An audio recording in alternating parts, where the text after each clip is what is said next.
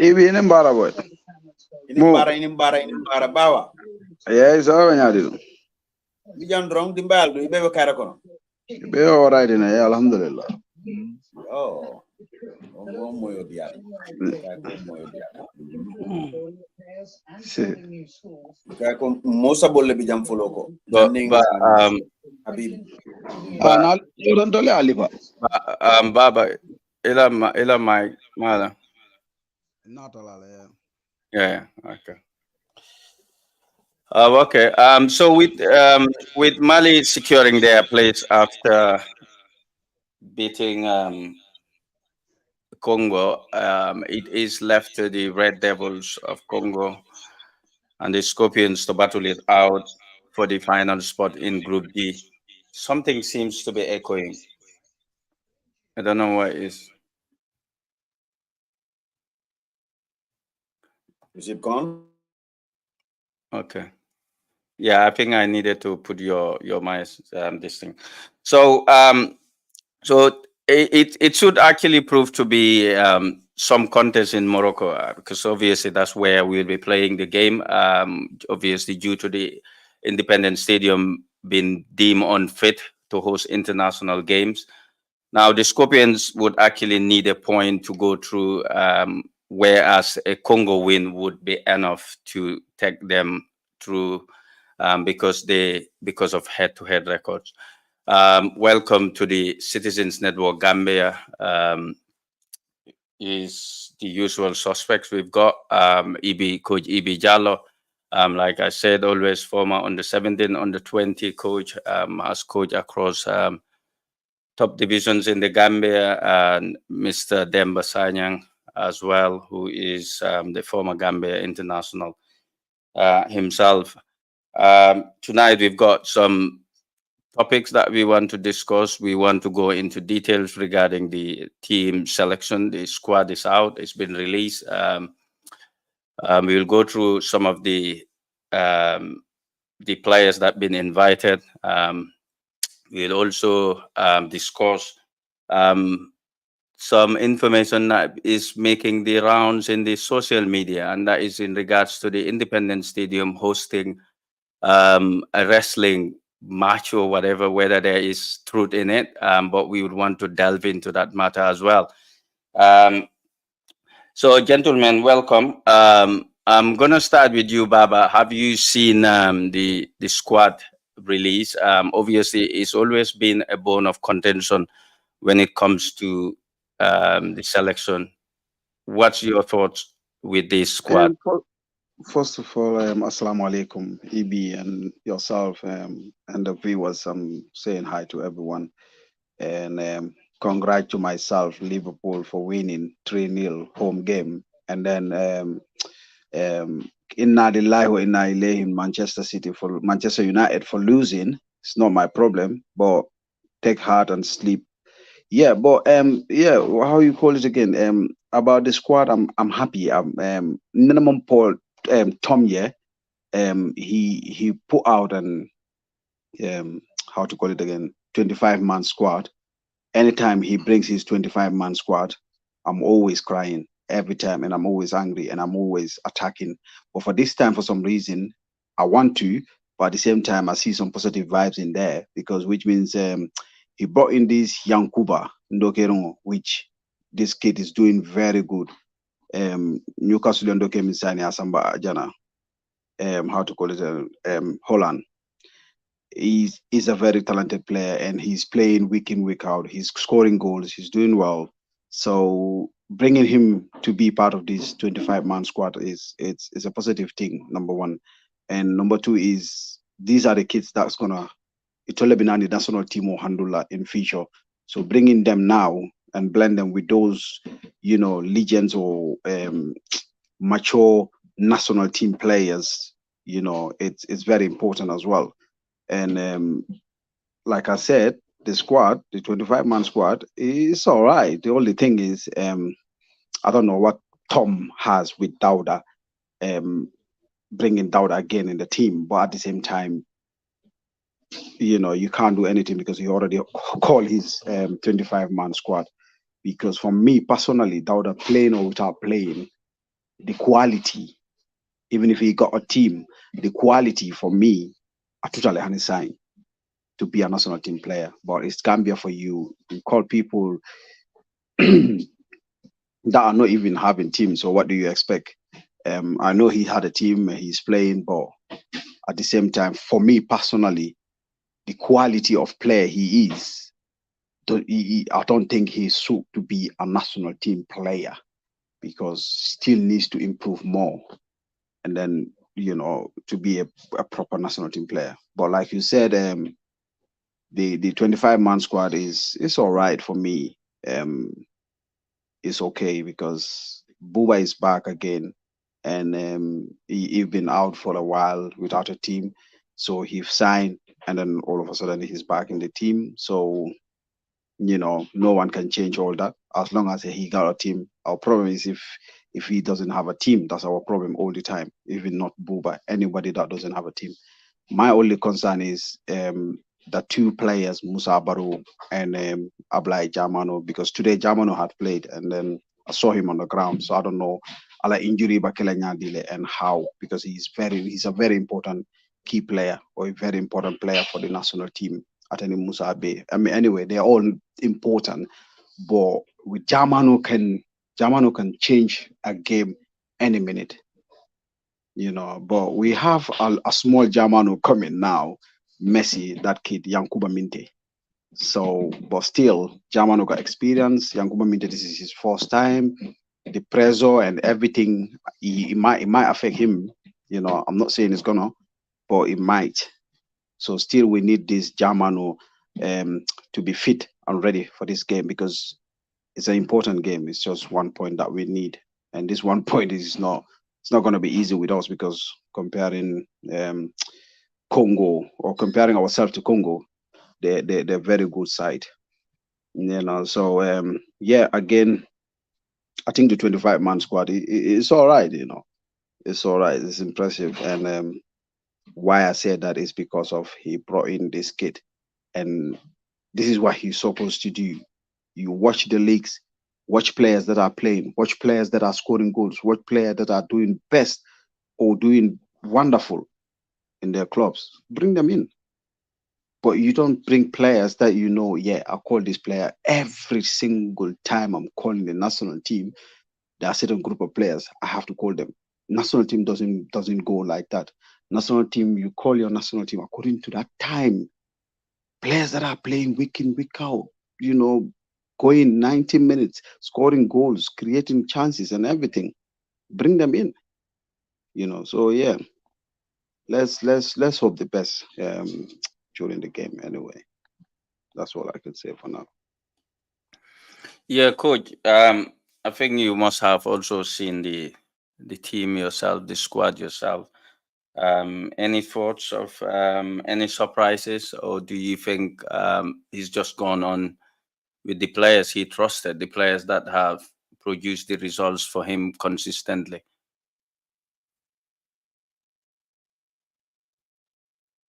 Thank you very much for having me again on this your program, and I would say yes, I've seen the list of is it 23 man or 25? It's one of them.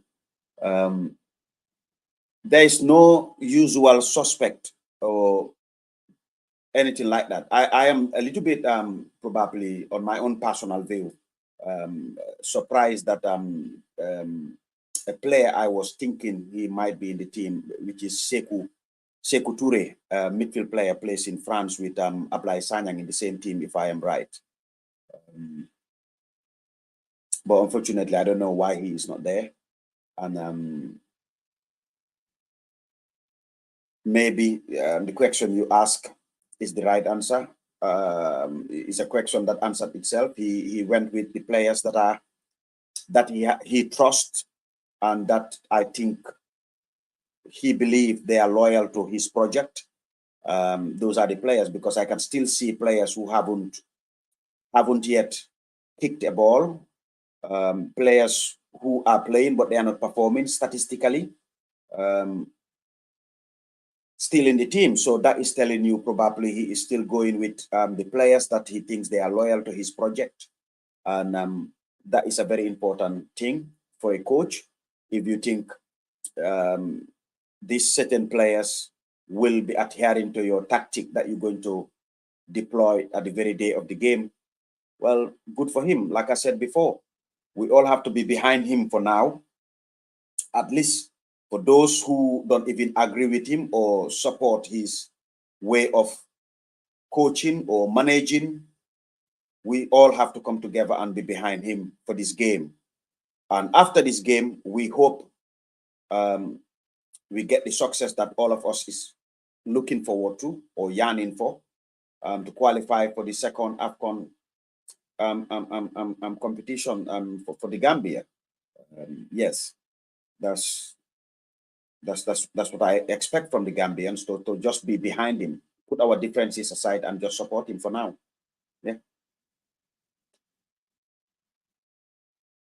That's good.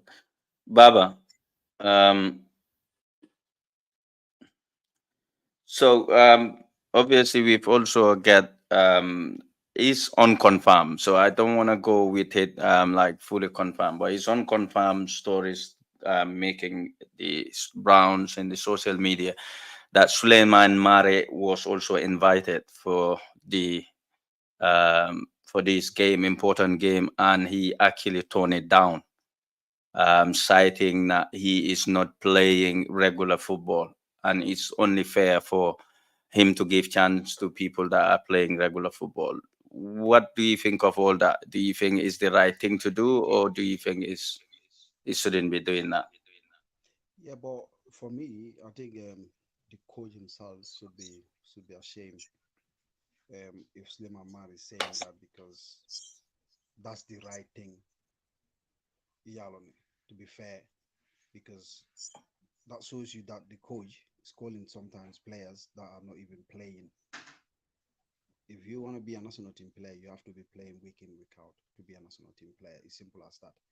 So Saul is to be honest, he did what he have to, because if you want to be a national team player, you have to be playing week in, week out, and be on form. So yeah, Saul, I mean, I call it that, because Tom is always bringing players that are not playing, and which is wrong. So that's what this lad is telling him. It's wrong to bring players in the national team that are not playing week in, week out. Even though he's playing, he got a club, but he's not playing regularly. He's not maybe playing full 90 minutes or 85 or whatever minutes. So he's just been honest with us as a nation, because he's not a club he's playing or representing. He's representing the whole Gambia, boy. So it's not a joke. To be representing Gambia is not a joke. It's only Tom that plays with Gambia like he's playing with a club team or a third division team or second division team. He do what he wants. He say what he wants. And then we're okay with that as a nation. All that is wrong, to be honest. So I think Saul did the right thing, to be honest with you. He did the right thing to say he's not going to come because he's not playing. Yeah. Yeah, coach, have you experienced that yourself whilst you were managing the national team, calling a player and for him just to tone it down based on not regularly playing for his club? And what do you think of that? Would you look at that in a positive light, or is it something that because you hardly tone down your country, because this is a chance to represent your country and adds on to your cap? So what's your thoughts on that?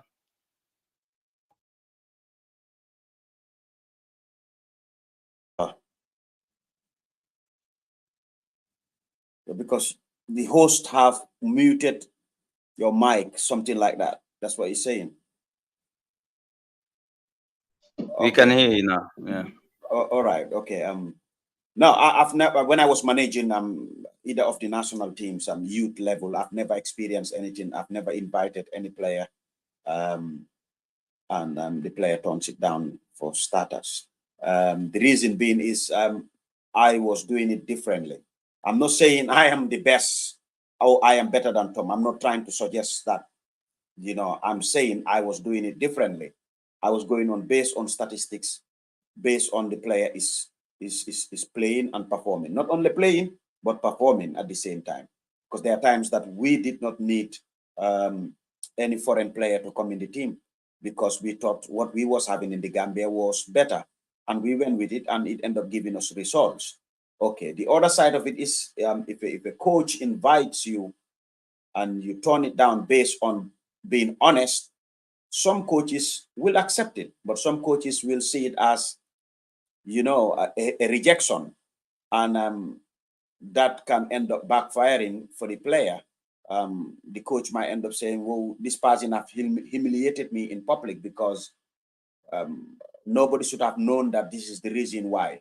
We could have just said that he is not match fit, and that's the main reason, and just keep it, in-house. But now, if what is being reported is true, that this is what Suleiman Marreh says, whom I know, well, that would be, personally, I see it as like a humiliation and a rejection to the coach. I mean, but at the same time, Suleiman have done what is the right thing, because knowing the importance of this game and the expectation from the Gambian public, him knowing himself very well, and lately he's been having a lot of injuries. And if you are not fit, you tend to have a lot of minor injuries that can end up being major injuries. And in the past, when he was playing in Spain for Granada, he was having an ACL at the time. And once having an ACL, you've got to be very careful. So you've got to manage yourself very well. You've got to be fit properly.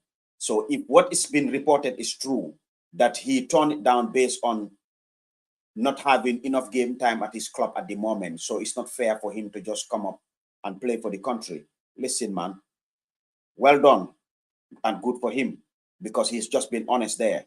I only hope the coach will take it as someone who is being honest to him, and just accept it and just move on, rather than in the future punishing him for speaking out about it, because some coaches don't take it lightly. When you reject them, rejection is like a death sentence to them.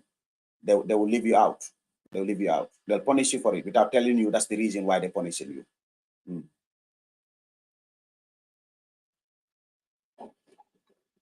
Oh, okay. That's fine. Thank you, Coach. So the other issue, well, another bone of contention is the issue of press conferences. Football managers, coaches organize press conferences when they call out their team. But for some reason, this manager or this coach has never done that before. And I think it is necessary to do it because obviously people need to ask questions of the players that he is calling. If you look at the most recent one, England, Gareth Southgate being asked about Harry Maguire is a classic example of that. Baba, why do you think this coach is always different? Like, why do you think? Because most times we've had the team news, you always see few quotes here and there on Facebook or on with other few one or two journalists. Why do you think this is the case? Why is he given More, that?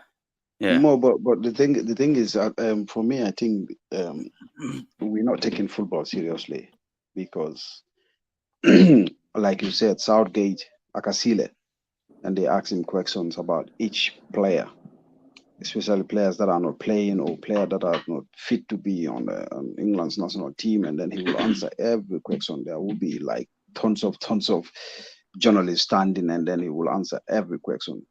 Man, if you understand it, that's football.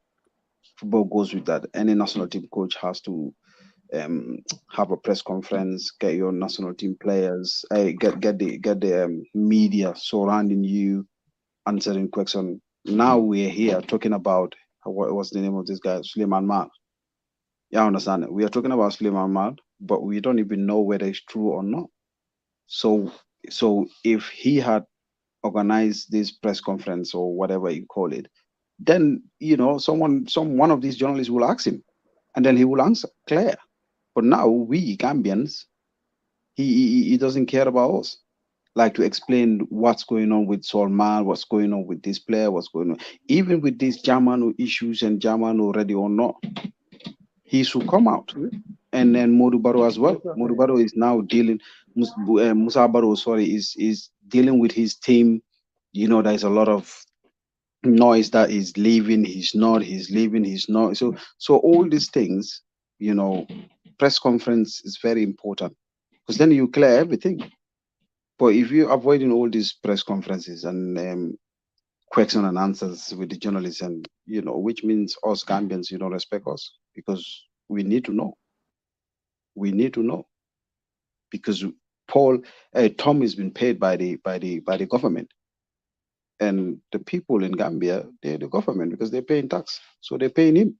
So they need an explanation. So you have to come out and explain every individual, every player that is playing or that is not playing, or you call any player that is serving Gambia. You talk to us as Gambians. But it's not him. I think it's the federation, the government. They don't respect us because if they respect us, they wouldn't do that. They would make so. Like you said, it's very disrespectful to hear the Gambia national team's been called, and all you can do is go on Instagram, go on Facebook to see the national team selection.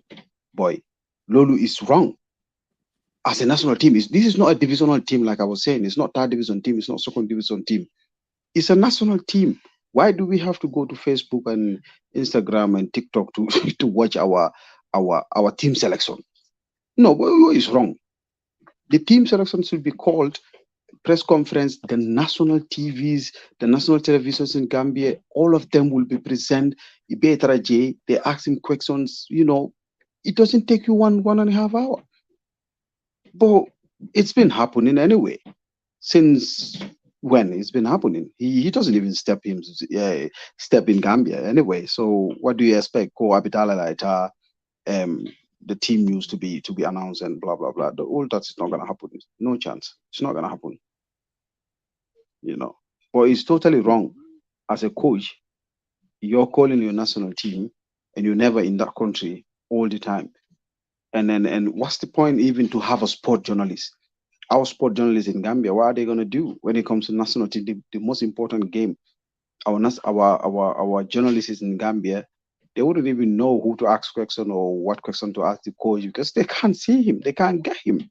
The coach have to decide which journalist to talk to because most of these journalists, you know, they are GFF journalists. So he would talk to those ones, but he wouldn't talk to these independent as a normal journalist because as a normal journalist you have to be independent. You don't belong to GFF, neither the government or club teams. Man, if you understand. So it's gonna be hard. It's gonna be hard. We Ntola football but Ntol Makumasi, Ntol we are a joke as a nation because the whole Gambia boy, we have a coach and then he wouldn't come to Gambia. What kind of coach is that? Then he's not a Gambian coach. Yeah. Yeah. Lamin, Dahaba. Okay. We need to move on. Yeah, coach. What's your take on the issue of? Oh, Lamin, can you hear us?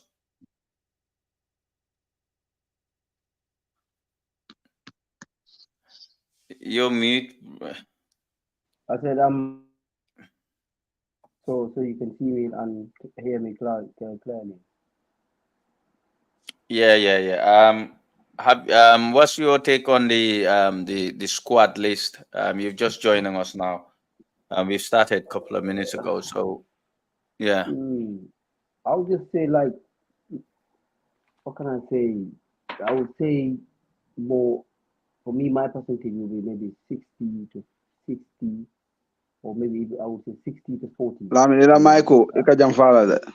Closer to your mic. Yeah. Can you hear me? Yeah. Yeah. I'm trying to connect onto the computer, but I can talk for the meantime. But what I'm saying is, for me, my take there would be I'll give the coach about 60% of selecting players that are available, the players that I would say they are available for selection. I think, in my opinion, he didn't left a lot of players out this time. Obviously, I see Ali so there, if I'm right. Ali's there, isn't he? Mm-hmm. So Ali is one of the informed strikers. I see him there. So I was happy to see him there. Obviously, Badamos is not. Badamos not available. Okay, guys, let me jump on the iPad. Then I can. For the meantime, someone can take over first. Then I'll jump on. Yeah. Okay. Ibi, so coach, I come back to you with regards to the press conference. The issue of not announcing the squad through the press conference. Rather, we have to go on social media, on the GFF sites to get this news. Was this the same norm when you were coaching, or what should we? Is that the right way to go about things? Obviously, the manager or the coach hardly goes to Gambia anyway, so what it should be the way forward.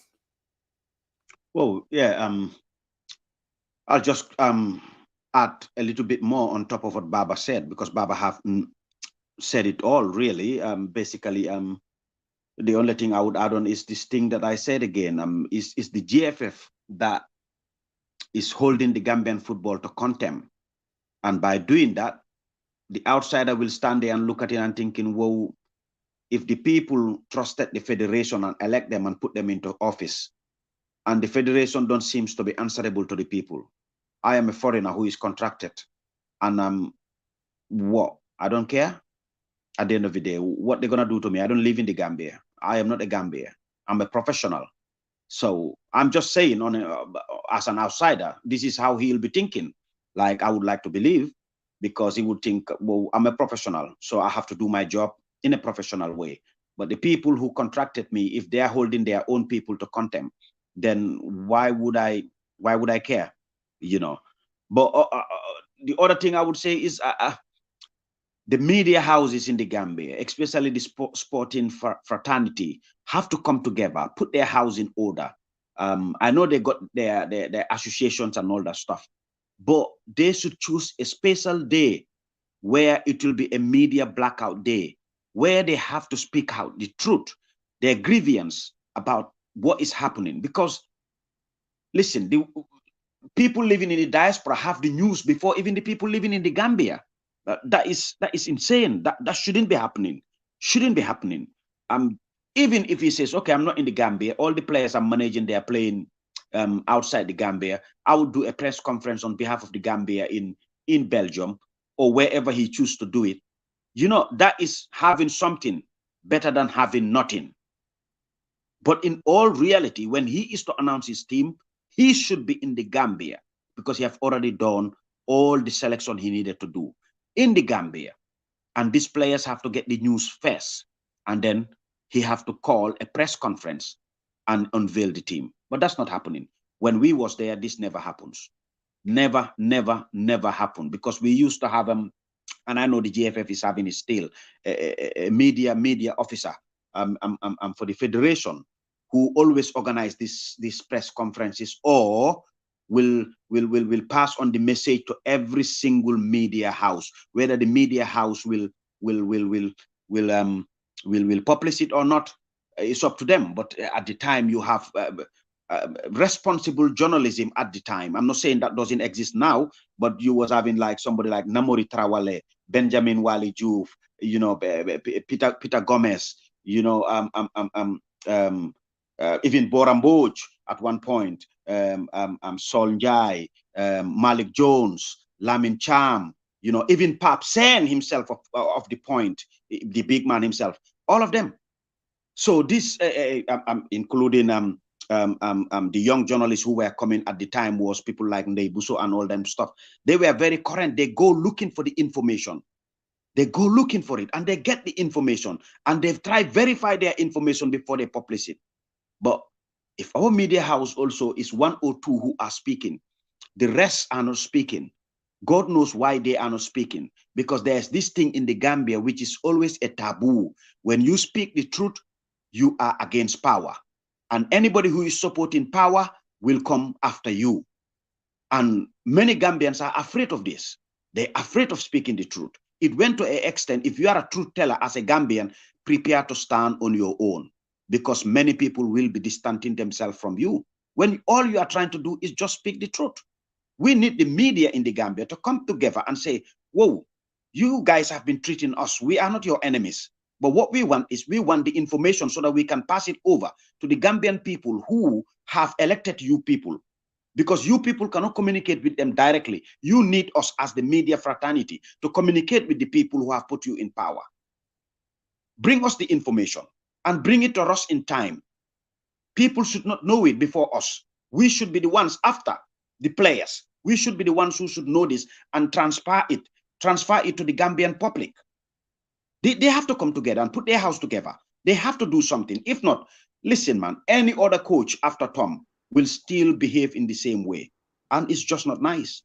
It's just not nice. What is happening to Gambian journalists? It's just not nice. They've been kept on the dark for a long time. I mean, they struggle. Some of them have to call people in the diaspora asking for information when they are the ones who should be having the first-hand information. And I found it very, very troubling. Very, very, very, very troubling. I mean, yeah, that's my take for now. Sorry. Okay, Lamin, you want to come with regards to the squad selection again? Yes. Yeah, I'm back again. So yeah. Actually, I checked the squad. To be fair, from what I see from the team, I think they should be, in my opinion, they should be all right. They should be all right. They shouldn't lose that game, to be fair. Depending on the mindset they go into the game.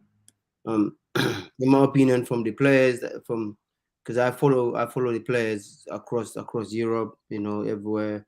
So the players that are playing, the only player I've seen in the team that's probably not having games, as we all know, the same player, Buba. I think most of the players do have game times. Obviously, Suleiman Marreh is not included this time. I don't think he's been playing. I haven't seen him playing for a while, so he hasn't been selected. So Though he's a good player. I mean, fair enough. You select Buba and you don't select him. I don't get it. Even though he's not playing, but I think when he come to his country, he gave his best. He's one of the players that he actually played. He every time he played, he never had a bad game in my opinion. You know, but he's not selected for some reason. I don't know. I don't know if he's injured or not. I don't know. But the players, I mean, the team that he selected, that team should be all right. They shouldn't lose against Congo. For that Congo team, I don't know whether they have any new players from France or something like that. But the players from their team, I've seen so many players from Africa, so many players from lower leagues in France. So it depends. You're playing against a team. You're playing against a team that's being managed by a manager that's, I mean, a manager that knows the team and knows the country. So it is a very crucial game for us. It's a very, very crucial game for us. I think they should go there with the mindset of winning the game, not to go and draw, you know.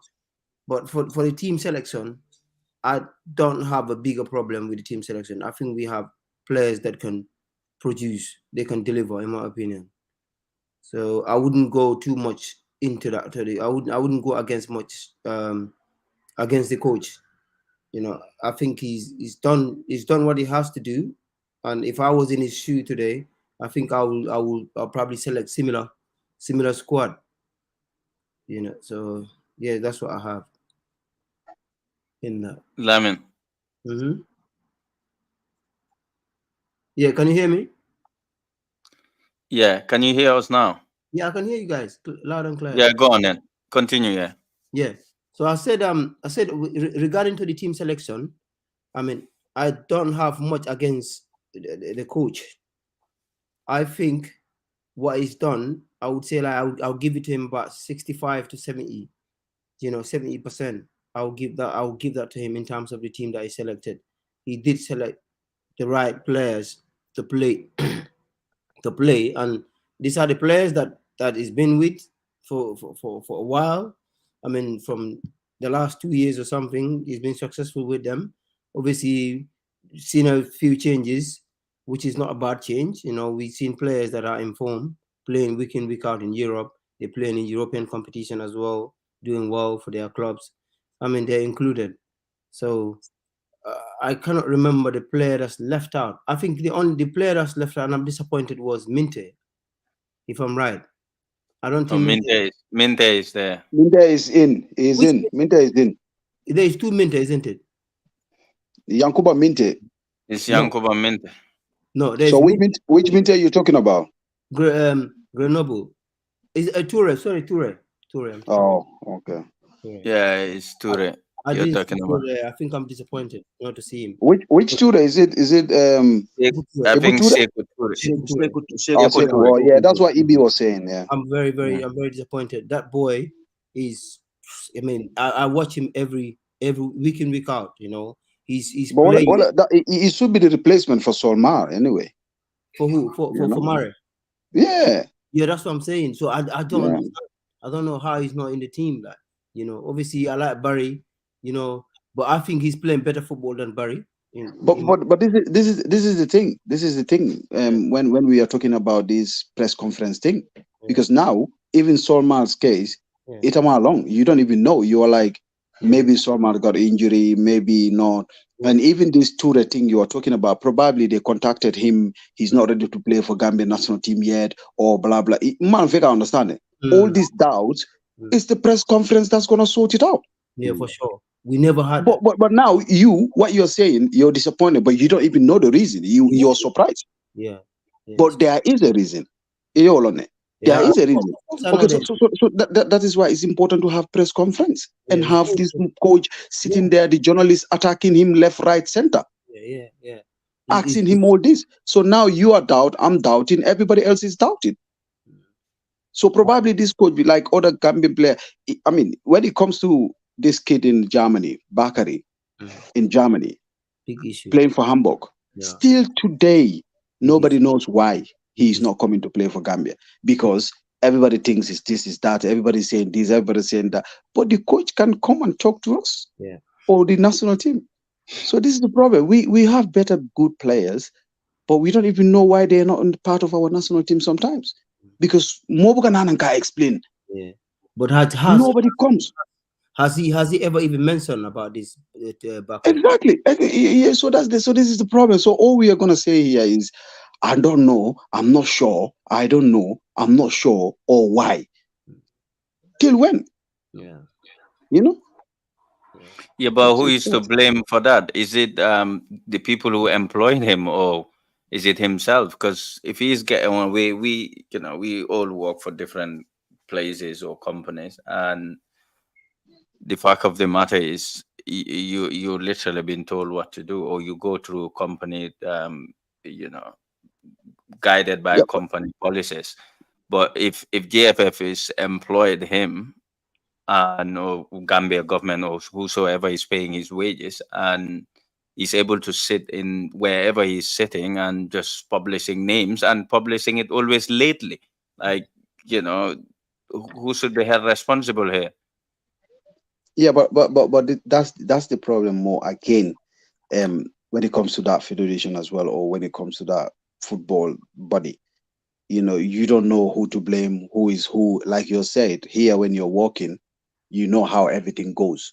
Yalodoko, you need to talk to your manager, or your supervisor. Your supervisor talks to the manager talks to the director, or the director talks to the CEO. It goes, everything goes to man. If I understand it, Kane work.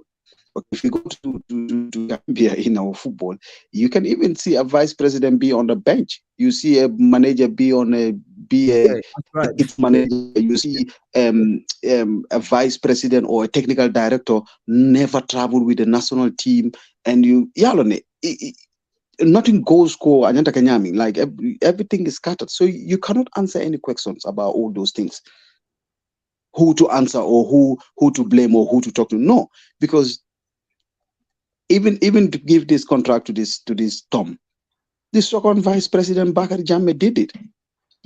He's the one who negotiated everything. He's the one that. So if you talk to the president, to even Kaba Bayo now, and ask him, Kaba, what kind of contract did you give to Tom? Yala me, I don't even know. But Bakari, ask Bakari. Bakari might know, because Bakari did. Man, figure out that's how Ebola Nyama. Like, there's nothing that goes according to. There's nothing that goes according to. Everything is just mess up. Everything is just, like I said, like Habib said, there was a time in the stadium, a kids manager, national team kids manager, had a football team, Nawetan football team. He went to the stadium and trained there, because he's a kids manager for Gambia national team, so he have right to bring his Nawetan team in Bakau to train in the stadium. So that's how. Jele kalon kon tolba yalon koy kuno jere na charta boy ka nyami boy dawda ka tiwol to boy. So we are not organized. If a kids manager, a mayor kids manager, it's going and have power to go and train in our national stadium, bro, if an boy. So that's how it is. So now the question you're asking, no one can answer, because no one know who is who. At least there are some things that you have to go to do to sort this out. If it is registration fees and everything, you know who to go to in GFF to sort it out. If it is this, is that, you know who to. But when it comes to other stuff, you don't know. You book how long, boy. It's all mixed up. Yeah. If I can add a little bit on that. Yeah, go on. I was just gonna say the same thing. Like, if you can add anything onto that, because who do we go to? How do you solve this problem then? Part of the problem of this is the people who sit on these contracts, whether they are solicitors or not, are they sports solicitors? And I doubt it. Most of them might be criminal solicitors. And that's the experience they have as a criminal solicitor. But they are not sports solicitors. So a criminal solicitor will only advise you the law of the land. A sports solicitor will advise you how to run your business in sports. What are the things that you should include in the contract? and what you shouldn't be including, the things that you should accept and the things that you should not accept. Who advised them on that contract? We don't know that. Every single federation I know, including some African federations, like currently, like I said, the head coach in Niger, you know, where the whole turmoil is going on, I took him there personally. I work for him personally. And I know how these things go. There is no way you would sign a contract with a local coach or a foreign coach without sports solicitors being part of it. Whether they are behind the scene, I mean, helping you draft the contract or advising you. But we don't know all these things have happened with the federation. Okay, the other problem is, again, the term of reference in your contracts. Do our people really know these things? Because if a kids man can just believe that because he's working with the federation, he is part of the national team setup, he can bring another team and they play whatever football they want to play in the stadium without anybody doing anything about it. Does he really know his job term of references? Does he know that? What is stipulated in his contract? I would like to say, no, I differ. I don't agree that there is any terms, because I worked for the system before and I know what was in my employment letter, which I stated here before, even when I left the Gambia to come to the UK for studies. That shows you how crazy these people are. And this is this federation, I mean. They did not give me a termination letter. And in my contract with them, there is no break out clause in my contract.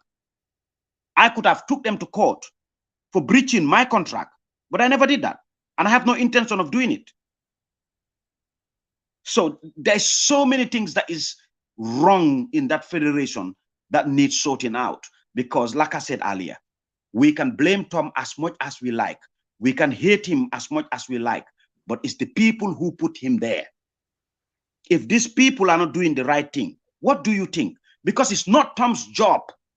Let's get it straight. On a professional level, it's not his job to make the first contact. That is the job of the federation. The first contact for any player in the national team, that is the job of the federation. What Tom can do on a professional level is to list the players that he needs and pass the names of these players to the federation and say to the federation, these are the players that I want. And then the federation will say, okay, we will get you these players. And then when the federation try and get these players and they get 1 or 2 niggles on the way, where some of them don't want to come, then they should get back to the trainer and say to the coach, we have tried this player that you asked us to, but this player want to be excluded, or this player is not feeling well, or this player is injured, or something. Then the coach will be in a better position, better equipped when he sit on a press conference to defend certain situations. But now, if you allow the coach to be doing the scouting on his own, you allow the coach to be running a press conference without nobody assisting him, you allow the coach to go on with all these things, what do you expect is going to happen? What? And that's what is happening. Because he run all the scouting. He sits in Europe and release a team. Nobody is there to question him. Anything about why did you invite this player? Why did you left that player out? What is your preparation level for this coming game? Nobody's there to ask him all these things. But believe in me, we can hate him as much as we like. We can disagree with him as much as we, but in my own personal view, the blame is minimal what he can take from this. Majority, the bulk of the blame have to go back to the federation because they give him the free hand to do whatever he wants to do. They give him the free hand. So I'm sorry, it's sad and it's very, very disappointing and very annoying to see some of these things going on. But like I said in the beginning of the program, we all have to put our differences beside one side and then come together and support him and the team, make sure that the team will qualify for the second time in a row and for the second time ever in our lives to go to that AFCON. And that's the only positive that we're going to take out of it. But if not, if we carry on with our angers, our hatred, our differences, it's not going to serve us good. I mean, the only thing it's going to do to us is, I mean, divide us more and set us back and hold us back. There is time for accountability. There is time for everything. But this is not yet the time for the accountability and all that stuff. We have to wait until after the game. When the game is gone, which is next Sunday, I believe, 7 o'clock GMT time, whether it is Gambian time or UK time, I don't even have a clue. All I know is a 7 p.m. GMT time, which if it is GMT time, then which means it's a UK time, and that probably might be 6 o'clock in Gambian time, something like that. So all we got to do is just to support and encourage and pray for them and make sure that they will succeed, because when they succeed, it's the whole Gambia that have succeeded, and that's all we want for. Then our differences, we can carry it later on. Our grievance, we can carry it.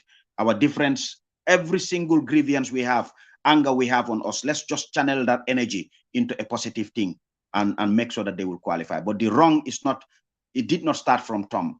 It started from the federation. So if we have anything, we have to direct it to them. They have to start doing things the right way for us to start seeing outsiders respecting us as Gambians. Thanks, Coach. Lamin, I'm just gonna do a quick one on this. The same thing. What's your thoughts? Do we blame the FA or is it the manager? Obviously, he's just an employee. Who should we blame? Who should we put the blame on for him not giving press conferences and just releasing team news from wherever he is? I mean, definitely has to be the employers, which is the FA. You know what I mean? The FA is responsible for everything, because what does the manager has to say? He's got no say in terms of press conference. The whole country want to see what's going on with the football, and people are always, it's like any other country does. They'll announce the squad release on a press conference for the whole country to see. But us, we only just have to see it from the media. It's just not normal. It's not correct. It's not correct at all. So I mean, I think everything is done by, technically, from what I see, everything is done by the gaffer himself. He does everything in terms of, I don't know about the team selection, whether the FA is involved or not, but in terms of releasing the team, it's nothing that's been seen by involvement of the FA, like, because they are not on the press. There's no press conference organized. So what can we say? I think the FA has we basically have a lot to do, man, in Gambian football. There's so much we are lacking. It's just everything is just it's just it's falling apart as usual. But as coach says, there's definitely, I mean, there's work to do, and the whole thing is the FA has to come. They have to come, be organized, look at their companions, how people are running football, But the way football is running back home is just I don't know, man. It's not going well. Well, we get players coming to Europe, play football, and some of them are willing to go back and play for the country. Some are not going, and we here talking about football. We don't know their reason, as Baba says. Yeah, we don't know the reasons why players are not coming to play. And good players that they're eligible to represent the country, but for some reason we don't know, they're not coming. And every time the squad is released, we're here, everyone is mourning, and everyone is asking questions. So I think, in my opinion, the FA, if they're listening or they're watching, whatever, they need to take this into consideration and start making some good actions towards our football, because this is not football. I wouldn't call this football. There's no organization at all, in my opinion. It's just like you just employ somebody, is in a different part of the world, you just can't contact them, communicate. The office, has he even got the office in Gambia, the manager? I don't know. and I don't get it. Like, so you're sitting down in Europe or elsewhere in Africa, I don't know, you're running the football in Gambia. Just make it make sense. Who's done that? No one. Gambia is doing that. Yeah, Gambia. only Gambia. You can only see Yeah, that. Gambia is doing that. This is a big. It's a sample. It's absolute sample. You know. I don't know. It's like we're not watching football every day. We're watching football all over the world. Gambia is a football nation. The country, the people, they love football. You know, but football is not for us, and simply because of our leaders, people, the authorities, like people that are in charge of football. You know, they haven't. They can't say they're not having they're not having money. They're getting money from the football authorities. The money comes in, no one sees where the money goes. Money is not putting towards the development of our football. You know, football has to be managed by us ourselves, us Gambians here. You know, not the federation. It's sad. It's really sad. To be fair, it's really sad. Yeah, for me that's one. Yeah, so thank you, Lyman. So Baba, you mentioned something here, and that is in regards to the kids man or whatever taking someone to the stadium for teams.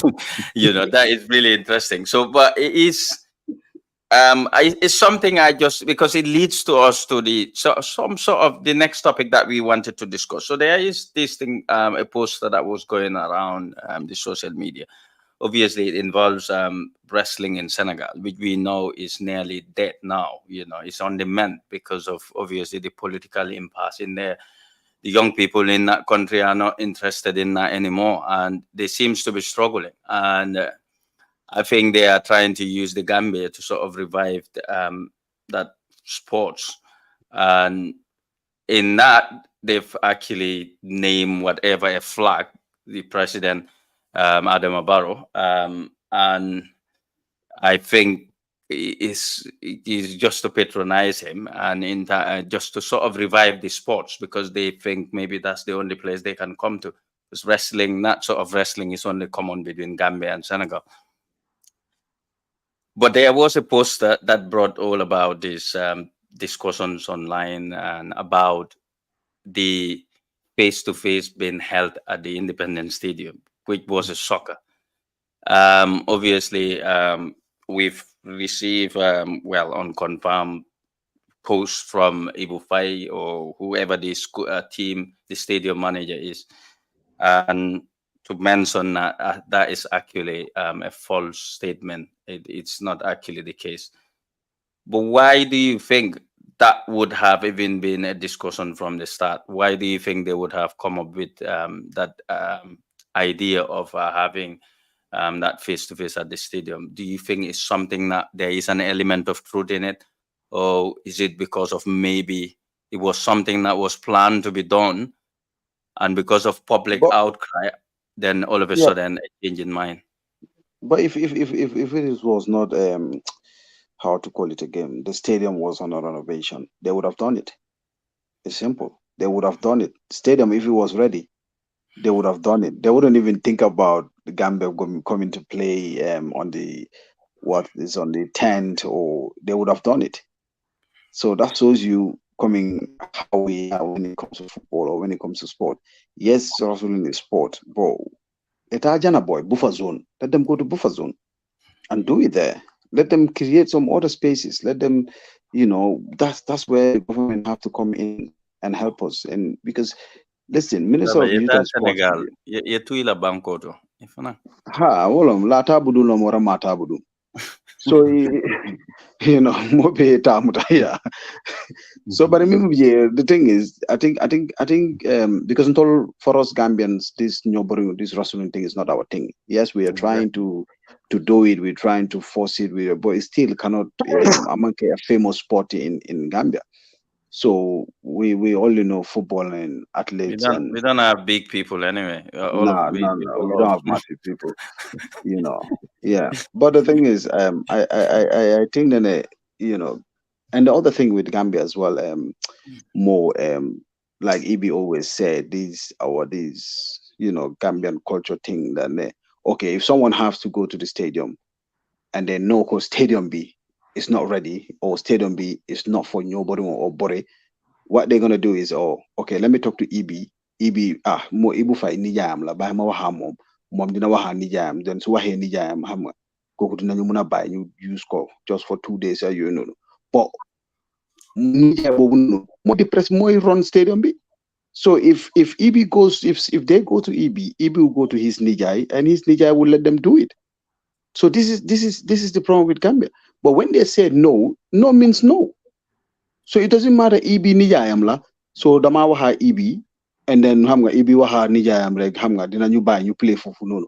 So this is the thing. This is why all our stadium. If so, this this Serekunda is this Joe Kalamba. Serekunda is survived. It doesn't matter who. It doesn't matter. Kulane, them lensi jo kalamba yayam sa. You're not gonna do it. Can do one of team move, see that football pitch. And with Joe Kalambas that thing, policy thing, Mota Serekunda is that stadium survived for so long. Stadium we pagi yep right neng. Pagi yep them neng. But when it comes to that place, it doesn't go like that. Nyun Bakau, when it goes to Bakau, there was a time we closed the park. We said people are not going to play there. But what they do is people come, then they nyai, they give the watchman the security, they give them something, Harleys, and they will go and play waraga waraga. So they destroy all the pitches. So this is our problem. Sometimes nyunsun problems because I know this watchman, and I know if I give this watchman money, he's gonna take it. So the same thing applies to the stadium. If it is no, it's no. That's it.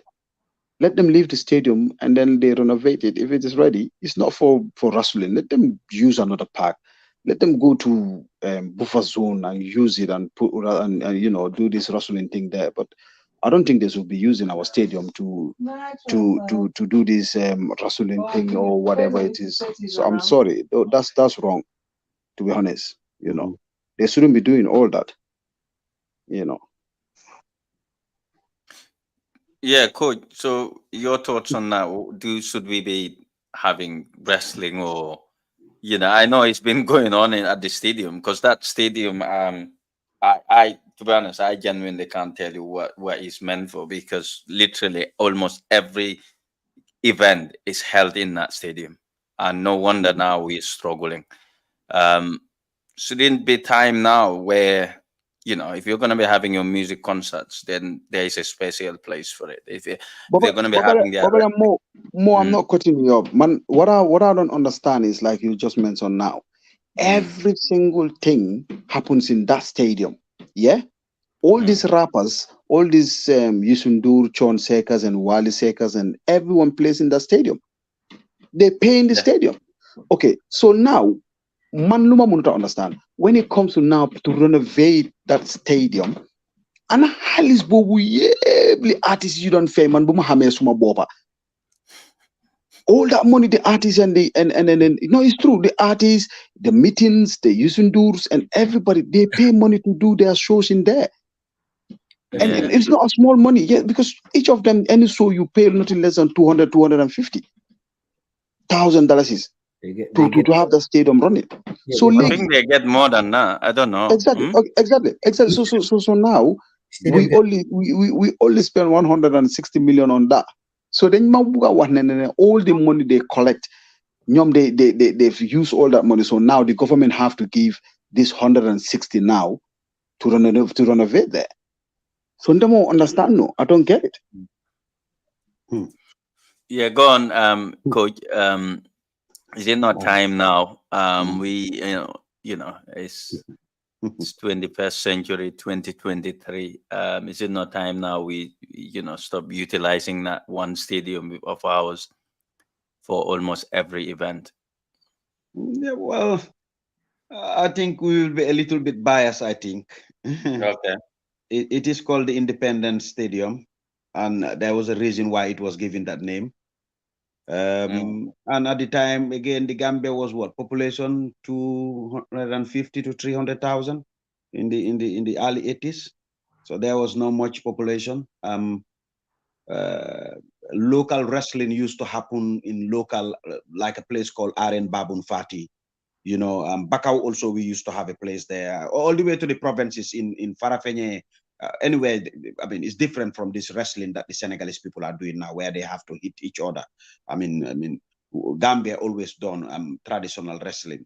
But like I said, our previous program, I said it here when we was dilating about the work that has been going on after we've been rejected about playing our last game in there. And I said I am happy with it, because the reason why I said I was happy with that outcome is our people never checked the foundation. It's exactly what all of you are saying here now. The stadium have seen a lot, have gone through a lot since it's been built up till today, over 40 years ago. So everything, including music festivals, cultural festivals.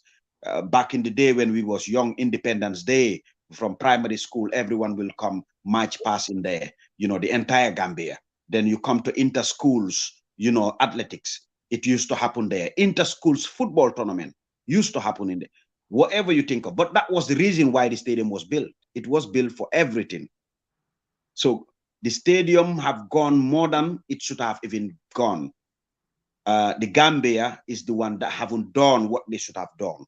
Not only to renovate the stadium, but to have football pitches for football. That's what you find. When I was working with the national teams and we was traveling to all these Francophone countries in Africa, playing for youth tournaments, which Baba also have experience, they have mini stadiums that are only for football, and they have pavilions, maybe pavilions that would take 5,000 people, but they are nicely built. The pitches are superb. The Gambia, we are seeing this since back in those days, coming all the way now. They haven't done anything about it.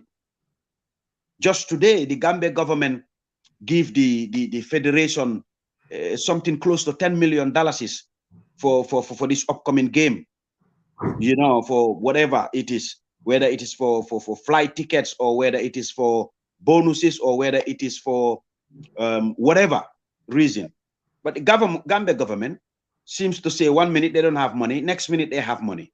But the federation, where is all the money that they were given? Where is it going for them to request that much? Over $9.7 or $9.8 million it was handed over to them today for the in preparation of this coming game for next week.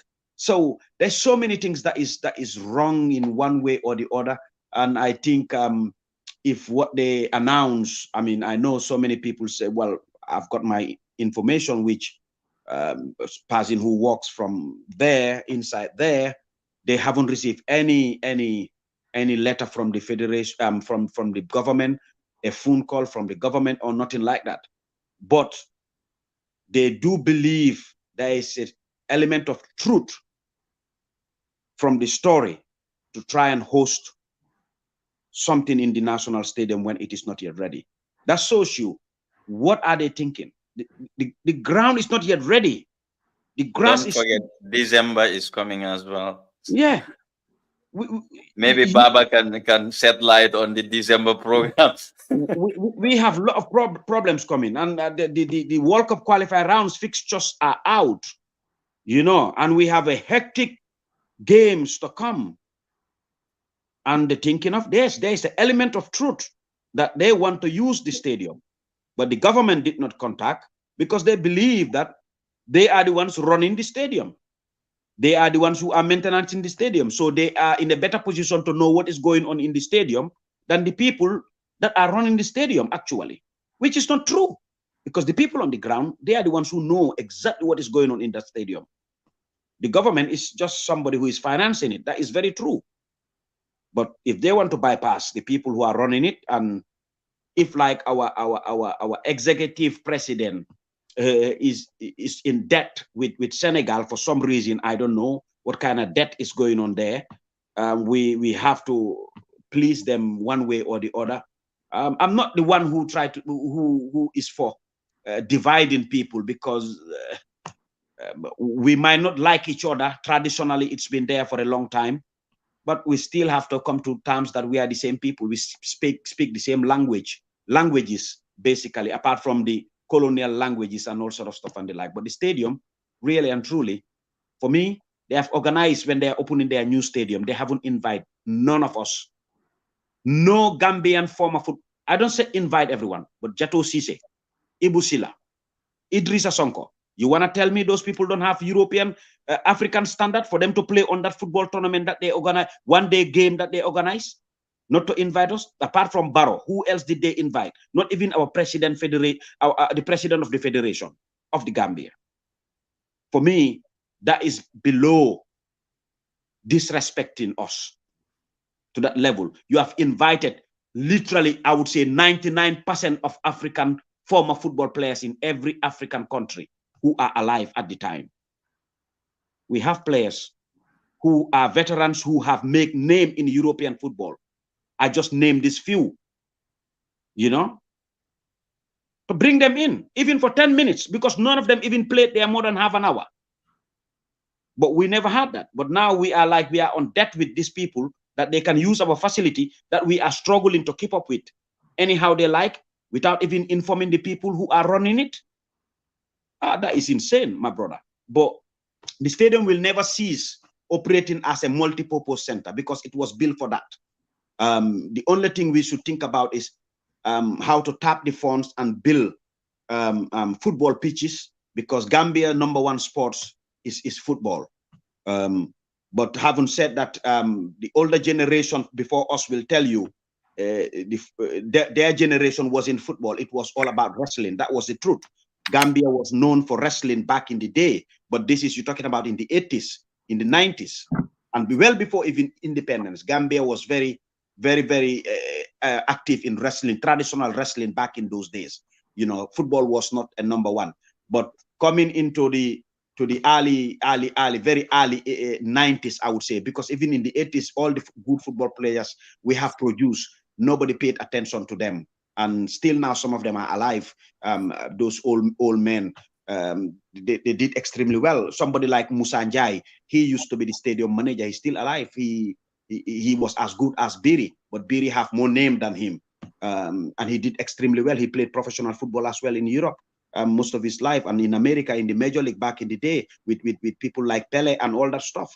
Musa Njai is still alive. He's in the Gambia, but nobody gives him attention, you know. So he used to be the stadium manager. He is a football person, very knowledgeable someone. I'm sorry, just to be out of a little bit topic, just to bring something to your attention about Senegal and Gambia. You know, when Baba and Demlot were playing in that under-17, when we won the first under-17 from the Peace Trophy all the way to the second, Senegal sent their federation technical director and the president of the federation to come to the Gambia to learn from the Gambia how we are doing well in youth football, and Senegal is spending more money than the Gambia.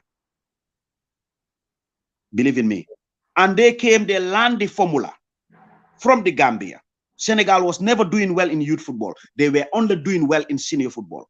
But when we conquered the under-17, under-20, straight away, they were very aggressive. They friend the Gambia, straight up, coming up to the federation, send their coaches. They were working with us. That's the time their coaches started coming to the Gambia, starting to work with Gambian clubs. Gambian clubs. The late Bokande and all them love signed contracts in the Gambia. You know? So, I don't know, man. Let's go back to the topic of the wrestling. I leave it for now for that. I'll leave it there for now. Yeah. Yeah, okay.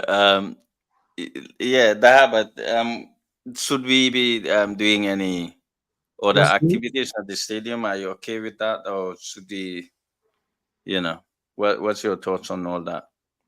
I mean, I think, you know, is more like a source of raising fund. The federation, they're trying to raise fund, fair enough.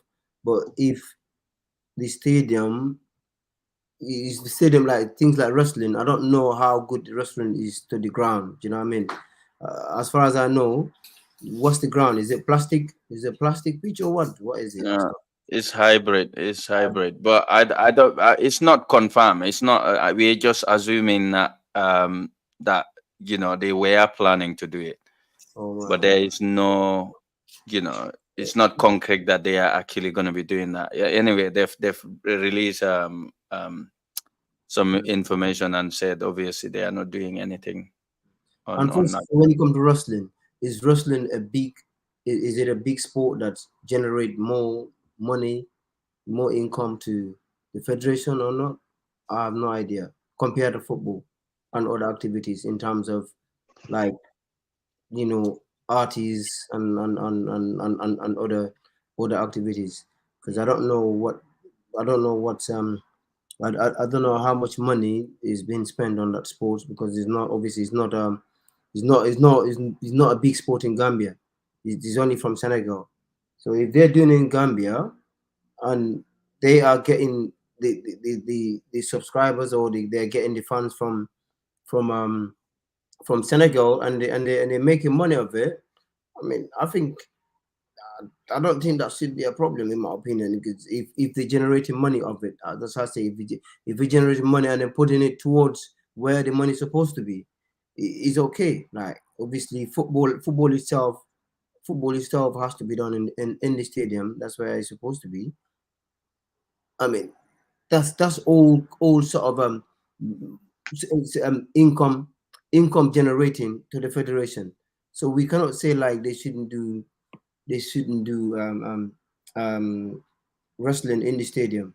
But as I said, stadium has to accommodate a sport that's worth putting, or an event that worth putting in the stadium. You know, we have other places like other mini stadiums and stuff like that, wherein we can accommodate wrestling there. You know, mini stadiums. But for the national stadium, we have to have a sports or activities events that will make sense. It will make sense there. So for me, that's my opinion. As I said, Yeah, I don't yeah. much. Daba, let me get it clear for you to understand. I don't think it's the federation that's even organizing this to generate money. Hmm. And number two, to let you know, the federation is having 480 million this year only from FIFA. So among fundraising need, they don't need help. They don't need they FIFA make sure every FIFA um country that is it's you know, playing leagues or whatever, they make sure you have enough money. Man, if you understand it. Yeah. So for the Gambia, like just 1 year, if you go to the website, FIFA's website, you will see it. 480 is almost, I don't know how many thousands of how many $1 million. It's almost $480 million. It's not $400,000 for the records. Yeah, yeah, $480 million is Sanji killing. yeah. That, but think about that That's and see the how much money is that. yeah. It's just to develop. And I'm Definitely. telling you this, if next year by January you will see it will go to 500 million. For sure. Because every year FIFA ka kewol nyama EB fele. Every year FIFA ka lafale. They added more because imal lafi ikakodo even to take money from the government, even though the government Thank you. supposed to run Thank the you. FIFA, the federation. They make sure you got enough money not to take loan, not to take like you said fundraisings. Not they give you enough money. Man, if you understand it. So Yeah. the fundraising it is, I don't know what Jumalaba organized can anyway. It's not the federation. They wouldn't even do that because they have enough money when it comes to football. Yeah. Pruka develop FIFA make sure your Kodo dealer they give them enough money to run the football every year. You understand? And that 480 million, Ibuka once they give it into 3 phases. Installments. They give you one phase, they give you another phase, and then they give you the third one. So they would make it treat about. They will make sure it's the amount yalone. Man, we can understand it. Mhm. So it's not a small money that That's we are having from FIFA, and um, then beside this is the money that will always come every year. FIFA will make sure that they will send the money.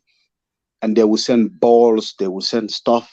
Every World Cup, when the World Cup is finished, all those balls that are used in the World Cup will go to African countries. Each African countries will have more than over thousands balls. Okay, supply. But instead, you know what happened? Every federation member will take 20 balls to their own team. This one will take 10 to his team. This one will take 15 to his own team. This one will, if you understand. And these are the balls that are for, and then they start giving balls to clubs. Putting it into media. Oh, the vice president donated 10 balls to this team. campaign on.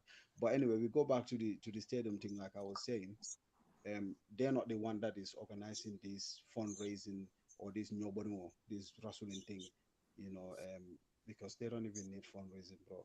The money they have is enough. Is enough. Oh, okay. Yeah, so I'm gonna stay with you, Baba, because I think we're gonna cut this program short today. We're not gonna go on the 2 hour marathon. But I just wanna ask a similar question to last week. We all know now how the game is just gonna be on Sunday, on the 10th, and is probably one of our most important game, if not the most important game, because football is not about just the past now. And I know we've gone to our maiden AFCON and we've done brilliantly well, but people have seems to move on about on that, and we are now looking at going to the second one. And I think as a nation, we try to be there on a consistent basis. It shouldn't be just a one-off. If we have to be respected as a footballing nation, how do we approach the game on Sunday? And what is your expectation? Do you think we would get the necessary point and then qualify, or it's just gonna be age of the we all gonna be on the edge going into that game? What's your thoughts? Yeah, I mean, for me, like I was saying, when it comes to the 25-man squad, I got confidence with that lad, Minte. Mm. He's playing week in, week out, and yes, Do we you got think he will start? strikers. Do you think he will start? I mean, I'm not sure, but even if he doesn't start, if he comes in, about Impact Kelale, he would do wonders, because I confidence pick Junale with the age and then the level he's playing now and performing. It's positive, it's positive because he's young and he's playing in a top league in Holland and he's scoring goals, so which is good. And Bada Mosiba scored, and Hassan is doing well. He also moved and he's scoring as well. Oh, our problem is I know he's gonna play the same system because that's the system he knows. He's gonna put Hassan at the top and the rest at the back. And if we do that, Paul is gonna attack us. Paul is gonna make sure they go about attack us. So for me, I think yes, the home game he can do that. He can sit at the back like I defensive fixer Dundi. And then when it comes to away, But Baba, we'll see. not to cut you off there, because from what I see, like in the midfield, did he really trust his midfield? Because I think I can only see like one player in the midfield that's probably concrete, more experienced. You know what I mean? Which is Jamano. That's the only one I can see there, because that Alassana. But Hamza is there as well. I see Hamza. So for me, if he's playing Hamza and Jamano, But I don't think he's gonna start Hamza. I'm not. He's gonna play more defensive midfielders than Hamza, Jamano, Musa Baru, all these players together. There's none. So, but Ibu is there. Ibu Adams is there. Yeah, Ibu, yeah. So probably Ibu will sit in front of the defense, and put maybe Jamano and I know Jamano over start. Oh, it's for sure. Me want to go Jomba, but I know can. Yeah. So. I mean, it depends on what kind of fixture he's gonna come with. More, to be honest, because you can predict this coach. You can predict, So I think he'll be fair. He will go with the 4-4-2. Like, to be fair, yeah, he's not gonna go 4-4-2. He will never gonna play 4-4-2. But are you joking? 4-4-2. He will play. He cannot. One striker. He will always play one striker. And then when Hassan is tired, he will bring him out. He's not gonna play two striker. No, it's possible even Hassan wouldn't start. He will start Ali. He will start Ali Sow instead of Hassan. He might start Ali. But I know Neko at a more flow player. He's not gonna play both of them. Nah, he's not gonna do that. But the thing is, we're playing home as home. So let's just play. Nintata Jana na defend. That's what I think. For me personally, let's play football to win them, and then we go to Congo and we try and defend our 3 points. Simple as that. It's only one game. It's not even like a. Yeah, sorry. Okay. So if it is like that one game to draw the game, bro, if we sit back, Yeah. if we sit back, it's gonna affect us. Even come back. We need a goal. I don't think he needs to play. Even Hannibal lose that he needs to play, because if you sit back, it's gonna be worst, because Paul is just gonna come on us. You remember the game against Morocco? Yeah. No, not Morocco, Cameroon. Yeah. We can't sit back. We can't sit back. Coming for on the wrong. Nintamate da play 4-4-2 and play. 4-4-2. That's all he has Yeah, to do. but yalan tol make coach ila ke wolon ko joti to lalo nyaadi lom. But prunta kai nita 1 point lela. Yes, I will start with 4-4-2. Nina goal soto na be fali na more 20 samba koma. Na defend. Even if we score first 1 minute, the remaining of the game, but defender war on ball londila. Na be wim. So dole mbolo tata throw, it takes you 2 minutes. Mbolo tata corner, it takes you 1 minute. Na time of na frustrating the maje ba pe. But Paul is gonna come up with another thing. Tom, sorry. So I told be all on it. But to be fair, Paul himself is not a fantastic manager. He's not a manager that's really attacked. To be fair, I think He's good with attacking. I play under him. He's good with attacking. Trust me. Paul put. I be attack la. Yeah. I be attack la. Paul put be anko aka assist play left photo janale. I think play right auto. I busila play wolf and cable. Lega idi play nyato. Strike. I timo beke attacking player. Yeah. Kana worry. I want to asila kuma. Abang attack la. Abang nyapilang kane by force. Yeah. So yeah. We just need to be alert and just make sure, like, we don't allow them to play. We shouldn't allow them to play. I think Gambia's got good players that can hold the ball, control the ball. Midfield have that Jamano, and then my guy, what's his name again? The guy from Grenoble, Hamza. Sanyang even play Sanyang. But he's not going to do that. Huh? Abatimo Baker defender. He should play Sanyang, because those two players, they're left-handed players. They're dangerous. Like they can maneuver. They can play, like they can exchange from left, right. Oh, we'll see what he's going to do. He has to do that. The team he played against in Gabon, I think, remember when we played Gabon during the qualifiers? If he played that team and then start Jamano and Ablai together, believe me, the Congo has no chance. They will beat them. But as you said, I think okay.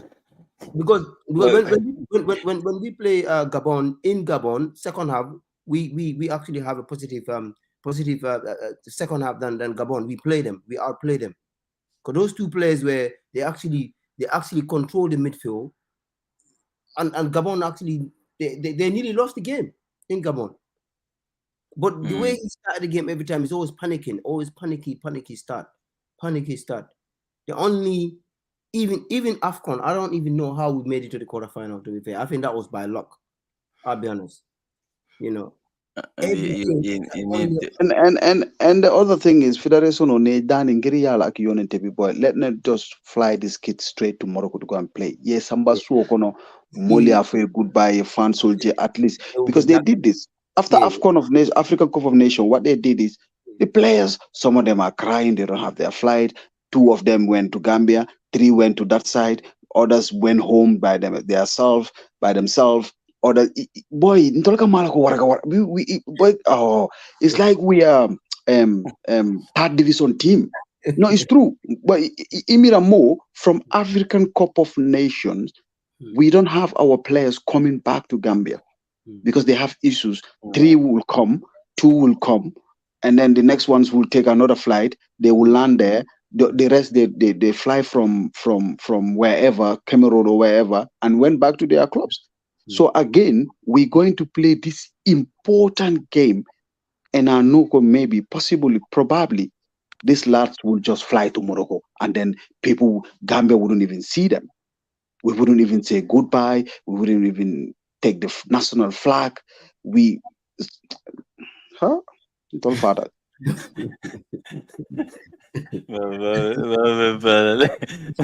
Coach, you know, Really tough. it makes mixed opinions there. Lamin is a bit overly confident. I think I think he's definitely underestimating Congo. No, Um, I don't know. I don't. yeah, because the fact of the matter is, I think you're looking at you're just been looking at our players and thinking, and you have to remember, is few of our players are playing in the top 5 league as well, maybe 2 or 3. Like So Congo as well. Congo don't have. yeah, so it's No, similar. let me, for the records, let me tell Lamin, Imalonko Paul qualify us, ask Ibi, Poland to Paul put qualify us, and then CAF, ye timo, team killing the bitala. We qualify already to AFCON. Paul Put did that first. We qualify for AFCON, but later on, CAF, team killing the bitala. Because it was 2. Was he not the one there when Gambia nearly qualified to the World Cup? Was he not? Yeah, we qualified. Yeah. So not alafa eco team killing. So he's not, he cannot, like Mo said, cannot underrate it. He's a very good coach. I'll never underrate him because He's a very good coach. when he had Burkina Faso as well, he done well for them. I remember that. So, I think, Yeah, I think emotions are running very, very high at the minute. yeah. This is telling me I feel sorry for the coach because they haven't played yet, and I'm sitting here thinking he have to do everything possible to make sure that this team, in his powers, this team will qualify. Because if not, yeah. But I'll go a different direction from Baba and Dahaba. I'll go a different direction. Games like this are one of games. And one of games, the importance of it is not the players alone that are available. It's the readiness, how motivated these players are, mentally, how ready they are. These 2 things are very important. Are they really motivated? And motivations come in different forms and shapes. Mentally, are they ready? You know, so you can have the best players, the best team. We always see that every day. But if the players are not motivated, mentally they are not ready, you can't have no results. You can't. And for the system that the coach have to play, I'll leave that to him. I don't want to prejudge or try and make a team for him. But I know we do have a very good midfield player in Seydou Khan, who plays for Swindon. He's a very good central midfield player, who can be a holding midfield player, can be an attacking midfield player. And he's been doing extremely well. Who haven't seen him yet, you could watch him still and see what he is doing over there. So with the 25-man squad, or 23-man, you might call it, I think there's nothing that suggests that he will be defending, but I might be wrong, because based on the players that he picked, the squad is really, really balanced. But at the very day, he might deploy a different tactic, which we will be here guessing. We don't know. We just have to say what we think he should be doing, and that's what we are exactly doing.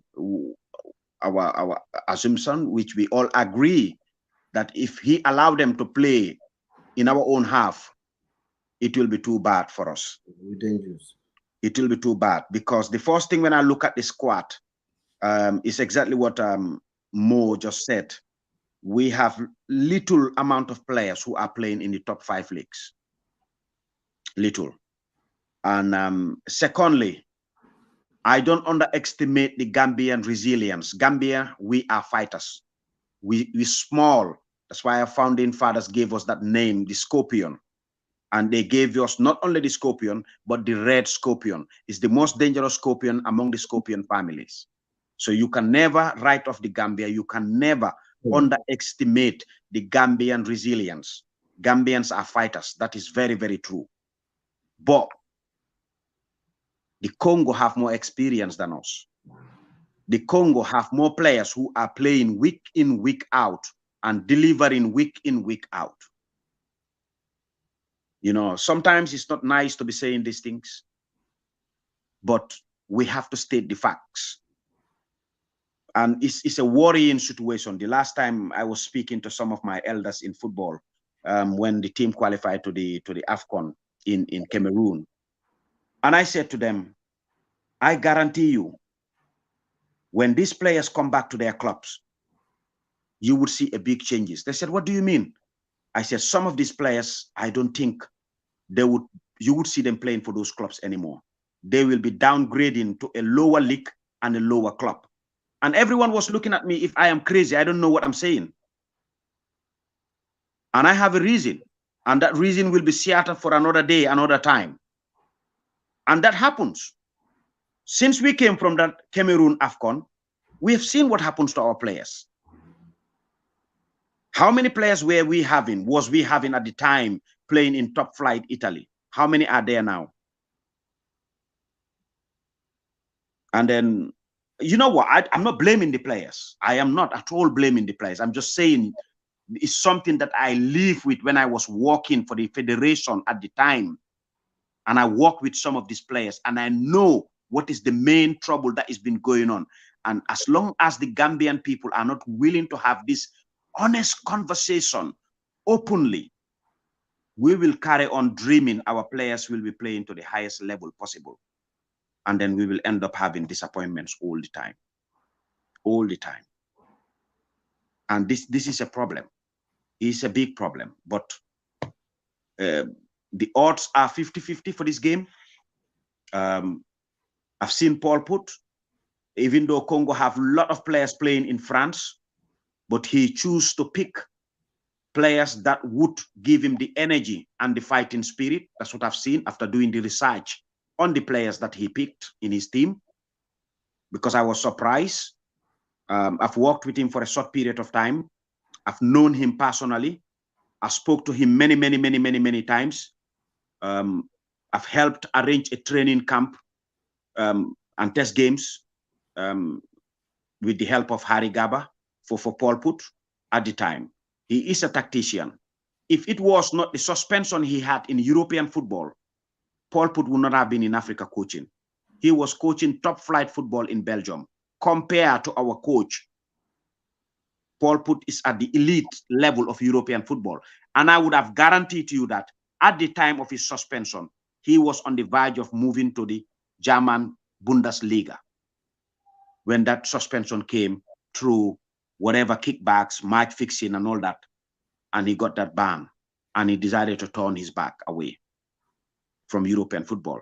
Even though, from what I understand, the ban have expired, but he don't just want to work in European football again anymore. He's happy working in African football. But he was a top coach in Belgium. Top coach. And anywhere and everywhere he have coached, even to the least known countries, like in the Middle East, he have done success everywhere he's gone. He improved players personally. He is a motivator. He connects with people. He is a good listener. And when he was talking before, 3 months ago, people think he's doing a mind game. Yes, you might call it a mind game in football, but he is talking what he knows. He knows the Gambian very, very well, because he did not just manage the Gambia and stop there. He interacted with the Gambia to a level he have to marry a Gambian at some point. So he knows the Gambian mentality. And for 2 years, Gambia haven't lost a single home game. Yeah. For 2 years when he was managing the Gambia. And at that time, we have the least amount of professionals compared to now, where we are now. And for 2 good years. So we should not just assume that, no. Look at the amount of players that are playing, Congolese players playing in France. But he chose to go with the team that will give him energy, that are full of running, energy in them. They are full of fighting. That tells you that Paul knows the Gambian people, because he knows that Gambians are fighters. For him to succeed on the promise he gave to the Congolese people and their president after they lost that game, he knows exactly the Gambia is full of energy. The Gambia are fighters, Gambians. That's why he went and chose this kind of selection and leave the other people, players who are flashy and fancy. So it's going to be a very tough game. But as Gambians, we are all hoping and praying and believing that we will be the ones who will win, inshallah. We will be the one, not him. But we cannot underestimate him or his team. He's a tactician. He is. He's a tactician. But we will see. We will see on Sunday. Hopefully, we will be the one crossing over the line and celebrating all over the place. You know, or wherever one is in this world, we will be celebrating it that we are qualifying again. Then going forward, because the World Cup qualifier rounds fixtures are out as well. All those games are coming thick and fast quickly again. So we will see. Okay, we'll see. So Lamin, just on a final note, what do you want to close the program with? And then just I know we don't. It's not. We don't normally do these things, but I would like also to hear your prediction for that game. You know, just I probably want a score line. So you just give a round of what you just want to say, and then just give me a prediction, a score prediction. Well, for me, in my opinion, score prediction as usual. Gambia don't score many goals, you know. So I'll just go for. I'll go for 1-1, man. I see draw in this game 1-1. To be fair. Okay, so with all the confidence, it was just. Yeah, we'll score for us. It was just.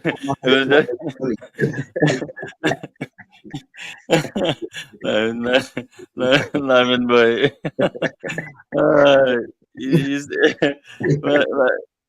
Covering about Polenta, I thought like it was just gonna be like a battering, like a train, you know. It's just 1-1. I think he will try to attack. He will try to attack, but at the same time, it's going to be balanced. He's not gonna maintain the same pace, in my opinion.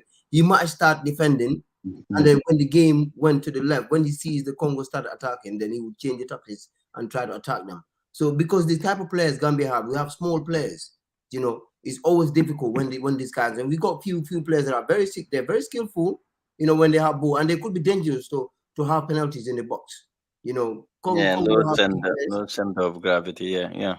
So Congo have big players. So if you have these players like Minte, and then you got Jamano, I don't think I can't see him starting both players. I'm not saying starting, but giving good minutes, at least good 60 minutes in the game. You know, for the guy to play, to get himself in the game and play. If he does, I mean, the game will change. But if he still go with that defensive tactics, I don't know. You know, like, to be fair, like, I think it's gonna be it's gonna be a tall order for us. To be fair, like, you know, because Congo are going there with one thing: they are going to win, because they know nothing but win will do for them. So I don't see Congo even like defending, like try to protect themselves. They're just coming out as coach says. He attacks. He's a manager that attacks. So if you're aware of that, so why do you have to allow them to invite them? You just attack them. As my man says, the best way to defend is to attack. That's what Guardiola says. So if we have to defend Congo, in my opinion, we need to attack them. We need to give them at least good shot, half an hour attack, to know that, like, yeah, this is the team that's there. They're coming with a fighting spirit. They want to stay in this, you know. But if we allow them, we want to play like that man to man and just allow them watching out back. I don't see. And if Congo score first, Gambia to come back would be tricky, man. Would be tricky, because we went there. How many shots do we have when we went to Congo? I think it's not more than 2 shots and goals. We didn't. You know, Congo, we could have lost that game 3-0. We could have. You know, if he played the same tactics against them, we are finished. We are doomed. So we have to make sure either score first or we hold the game. We hold the game to 90 minutes. But holding the game is not guaranteeing us, in my opinion. I think we just have to go for it. Attack them.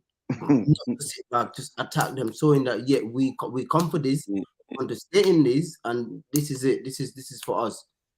We you know, for me, that's my final thoughts. Yeah. Okay, easier said than done. Attack. Yeah, Baba, Nyadilam, Yeah. what's your score prediction? I know, I mean, like like that, I mean, for them, name mistake there and squadron. That's it for us. So, yeah, but then, Baba, the last game, or they won. So there is that fighting spirit. You could argue. yeah, but do they win against? Did they win against Congo? Congo is a different level. It's a different team. So the only thing is they kind of song Congo score first. So yeah, and tell me, in prediction, I think it's 2-1. 2-1 to Gambia. To Gambia, because even though, like the Harbour said, Mbuka score is what is because we only have Ansan at the front. How can we score goal? We don't attack. We only have one striker at the top, so we leave Asan to run the whole 45 to 60 minutes after Nate Cindy, and then that's it. So how can he score goals? So now goal scored, obviously yes, because it's because the system we are playing. So you don't expect us to score a lot of goals. It's either 1 or 2. So 2-1 probably. Okay, coach. Final thoughts, and then your score prediction for this. Well, you will not have my score prediction. I'm sorry. No, you have to give you have to my, give me some my score, score because we want to prediction come will back be. here. We I want to want come back here and then no, see who. no, God. no. I would wanna get a first aid man next to Dahaba when he's watching the football, because I am worried he might end up having a heart attack, because the way he is sweating at the minute, the game is not yet been played and he's sweating. I would rather, yes. Every time. Yeah, right. No, what I would say is my final thoughts will be appealing to the Gambian public, football lovers and non-football lovers, Gambians in general, to be very patient and come together as one and support the team. On Sunday, we all put our hearts together, put our heads together, put our minds together, everything together, the prayers and everything, to be behind the team so that the team will qualify. That's what we need. We put our differences aside, our grievance against each other aside, our grievance against the manager aside, and then we just put everything together, and support the team so that we can qualify, and the qualification will be the joy of the nation. No one person can take the credit. It will be the joy of the nation, because if we underestimate prayers, we are underestimating something big. This is something that our forefathers have been doing, and we found them doing it. Our parents did it. We came and we are doing it. So praying all the time. When I say prayers, I'm not asking people to go to the marabouts. I'm not saying that. I am not. God asked us to ask him. When we ask him, he will give it to us. So let us pray for the team. I'm not asking them to pray for one individual or two people. I said the team collectively, so that we can qualify. That's all I'm asking. And put our differences aside and come together as one people. And then we support the team so that we can qualify. And thank you very much for having me. And thank you to the viewers who have the time to listen and watch. We are very grateful. And you might excuse our shortcomings during this whole conversation as well, where we might get it wrong or said something that we should not have said. We have no intention of upsetting or attacking anyone for no reason. We don't do things like that here. We discuss and dialogue objectively, and we are not here to attack anybody personally, because we have no reason to do that. We are not looking for anybody's job. We have nothing to worry about anybody, what they achieve in their lives. And we always have to be grateful and to be happy for them, whatever one achieve in their lives, that is destined to be for them. And thank you very much one more time. Thank you. Thanks again. That closes it for this week. And hopefully see you next week. Bye. Inshallah.